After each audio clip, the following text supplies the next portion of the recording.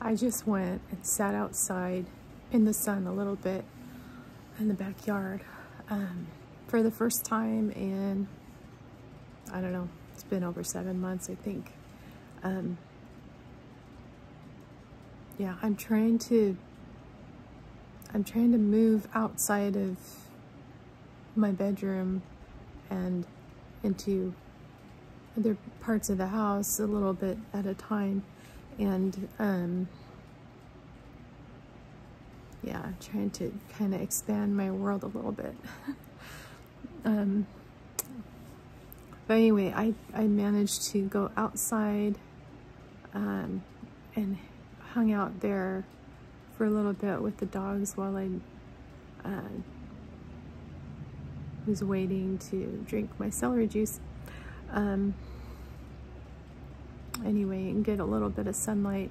But while I was out there, it felt nice, but it also felt a little overstimulating because of, you know, being in a new environment again, and then just the noise behind our house, the road behind our house, it's just so busy now, and so when I'm up here in my room, that noise is muffled, and I can still hear it, but it's not as intense. When I am out in the backyard, it's so loud.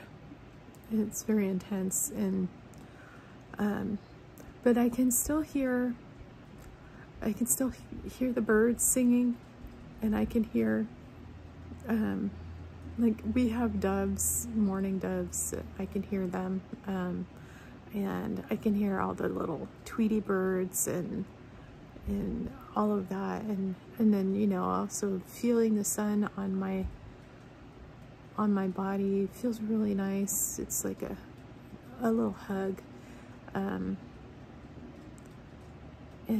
things smell different out there.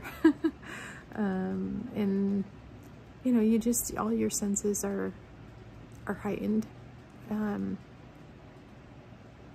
So it can be a little bit overstimulating if you're, and then all the visual things, all the things that I see that I haven't been seeing for so many months.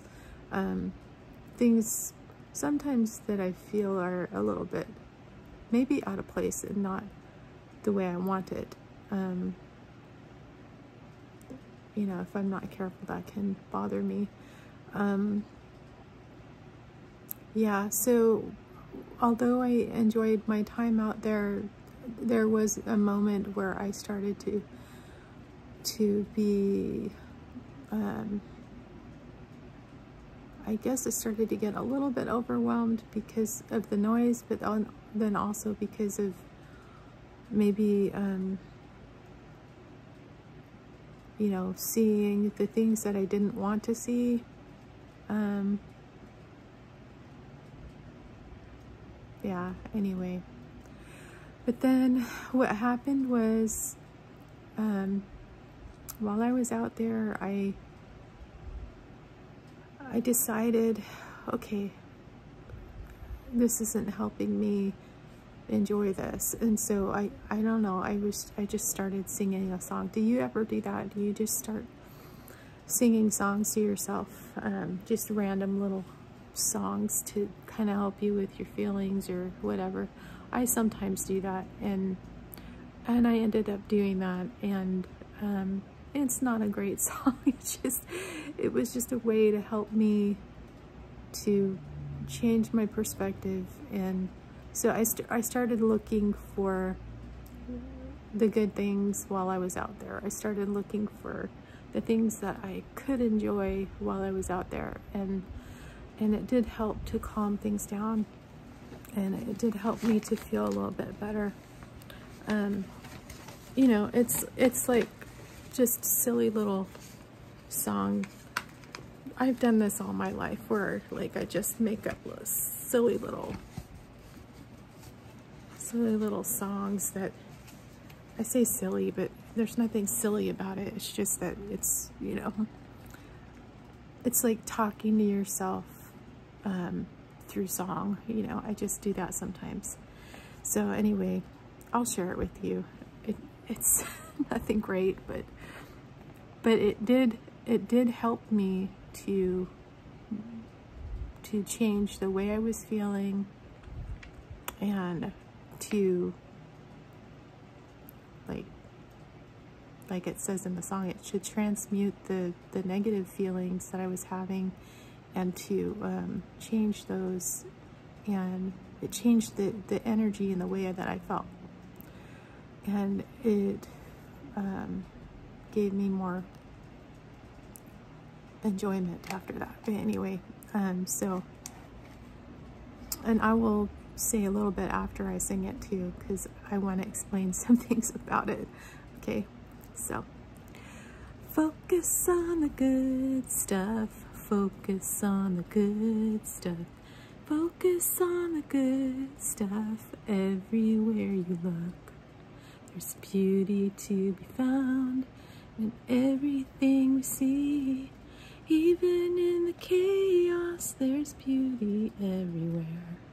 Focus on the good stuff, focus on the good stuff, focus on the good stuff.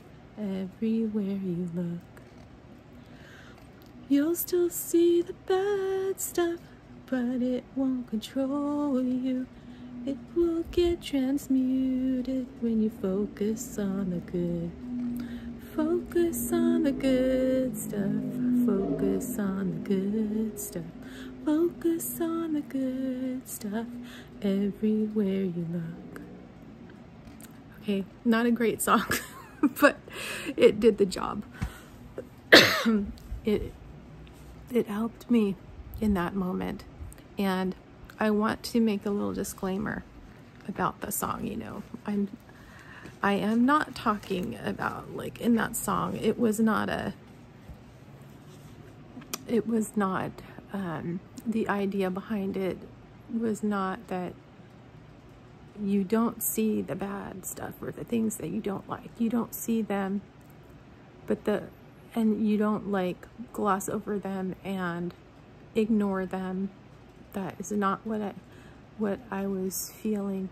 What this song was helping me to feel is that I can still see all those things. So I'm not talking about toxic positivity or anything like that. I'm not talking about ignoring things that need to be, you know, dealt with. Not talking about that. I'm talking about, you know, everybody, a lot of people these days, they talk about how, you know, whatever you focus on becomes the thing that you see, right, in your life. And it's true, you know, that what we focus on, that is what we get. So I'm talking about focusing on the good things, you know, being happy, finding the silver lining, having the gratitude that you can have for whatever little things that you do see, the beauty that you do see, focusing on that instead of focusing on the things that don't make you feel good. And I know this is not new information. Like, come on, we've had, like, generations of people who have talked about this. You know, it's not new. But I'm just sharing that in that moment, you know, where I shifted my focus, you know, even though I did it with a tiny little song that I just made up on the spot, and it's not even a good song. It's just, it doesn't matter. It doesn't matter how you do it. That's not the point. It's like whatever works for you. When you can shift your focus onto the things that you find beautiful and the things that feel good to you and the things that you want to see more of in your life, when you accept those things and with gratitude, and you just enjoy them, it does crowd out the negative things, the things that you don't want to see. It does crowd it out, because we do know, they've proven it scientifically, that the things that you think about the most are the things that, those are the things that you get, you know, neuroplasticity, look that up. Anyway, yeah, focus on the good things, not, like, again, not toxic positivity. I think there's a, like with everything, there's a balance in everything. It's, so don't ignore the things that you need to take care of, but don't, like, make that your focus in your life, because then you won't have anything left to enjoy. You won't feel the love and the gratitude for the things that you do have. And especially when you are chronically ill, that is so important, because there's so many things when you're chronically ill, there's so many things that feel like they've been taken away from you, and so you may have fewer things that you can find that bring you joy and beauty in your life. So it becomes even more important to find those things, find the little things that bring you joy each day. You know, go on a, I like to call it joy hunting. Go on a little joy hunt and find the things that you can be happy about. Even if they're little things, like looking out the window and seeing the trees, or looking in at night, looking up and seeing the moon, and, you know, whatever it is. Your doggy, if you have a dog snuggling up with you, you know, that sort of thing. Anyway, that's my message, and I hope it helps.